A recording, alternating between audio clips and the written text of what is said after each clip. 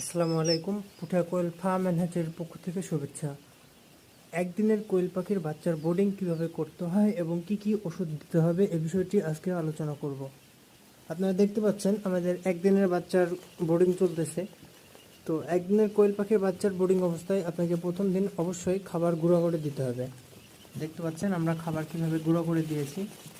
এভাবে গুঁড়ো করে না দিলে বাচ্চার কিন্তু খেতে অসুবিধা হবে এবং বাচ্চা সঠিকভাবে না খেতে পারার কারণে গ্রোথে আসবে না এবং মারা যাওয়ার সম্ভাবনা থাকবে। তা অবশ্যই খাবারটি ছোট করে দেবেন। আর ওষুধ কি দিতে হবে? প্রথম দিন অবশ্যই আপনাকে লাইসোভিট দিতে হবে।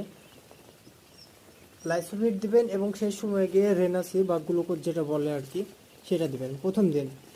আর আপনার বাচ্চা প্রথম দিন যেহেতু আপনি বোর্ডিংয়ে দিচ্ছেন, তো ক্যারিংয়ের সময় যেহেতু বাচ্চা অসুস্থ হয়ে পড়ে, গায়ের ব্যথা থাকে, তাই এর জন্য পাখিকে অবশ্যই আপনি জ্বরের জন্য প্যারাসিটামল কোনো সিরাপ অথবা ফাস্টভেট পাউডার থাকলে এটা দিয়ে দিবেন।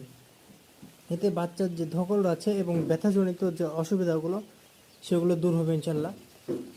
তো প্রথম দিন এভাবেই আপনারা বোর্ডিং দিবেন। আর বোতলে অবশ্যই আপনারা মার্বেল ব্যবহার করবেন। দেখতে পাচ্ছেন মার্বেল না দিলে পাখি কিন্তু সঠিকভাবে পানি খেতে পারবে না, অর্থাৎ পানি খেতে গেলে বাচ্চা তার ভিতরে পড়ে যাবে এবং অসুস্থ হয়ে পড়বে।